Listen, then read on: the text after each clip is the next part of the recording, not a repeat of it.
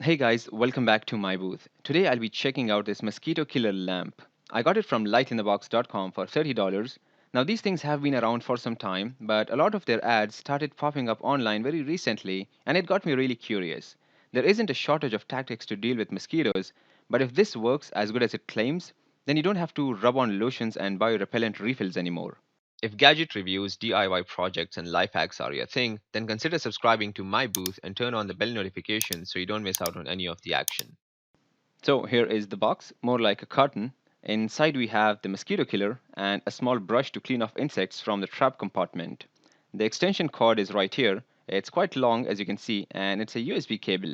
It works on 5 volt DC with 1 amp current. That means you can power it from a socket with a phone charger, a laptop or even a power bank.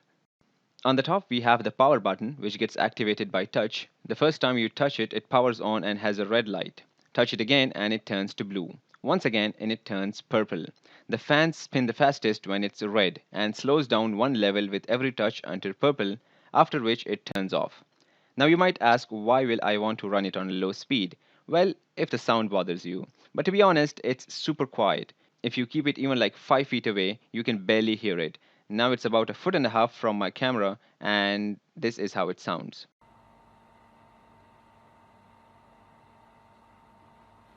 Anyways, next to the power button, you have a light sensor below this rubber lid. If you remove it and expose the sensor, it will automatically turn on when you switch off the lights and stay that way until you turn the lights on again. So you don't have to do it manually every time. But I would go with the manual way because I want to keep it working even if the lights are on or off. And it's super quick in response, let me tell you. Just watch how quickly it turns on and off when I bring a phone flashlight to it.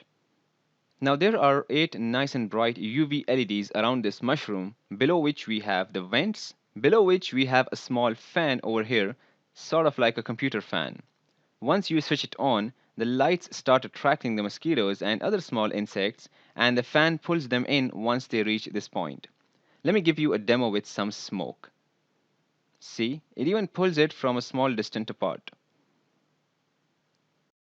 In the bottom, we have this trapping compartment. So essentially, the fans will force the insects into this cage below, where they will dry out and die due to all the continuous airflow. I'm gonna power it on and leave it overnight outside because I don't have any mosquitoes in my room. This will also be a good test to see if this is a viable option for camping. I thought I'll leave a camera recording near it to catch the sweet moment of success, but unfortunately there weren't that many critters around, so let's just wait and see what happens in the end. Alright, after spending 3 nights, let's see what we have caught.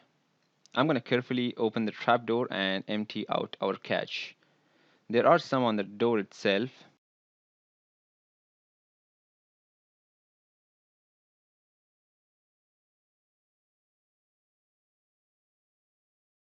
Alright, look at that. That is quite a good catch. We have 1, 2, 3, 4, 5, 6, 7 mosquitoes and some other winged insects as well. Look at the size of those mosquitoes. Just look at their legs, how long they are. Now, these are what they call the dengue mosquitoes. They have those zebra striped legs. I hope it doesn't gross you out because I'm gonna really get close. Look at that. When a normal mosquito bites you, you don't feel it immediately. It starts itching after a while. When this guy bites you, you instantly feel the sting like that of an ant, and it starts burning. And then it can continue to itch for 2 days or even more. And I'm speaking from first hand experience.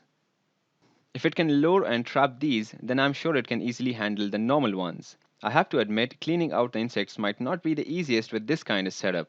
There was another type where you can remove the trap compartment and empty it out easily. This one needs a couple of taps to do the job. There was even a housefly inside, which are quite fast flyers by the way, and I was surprised to see how it even caught it.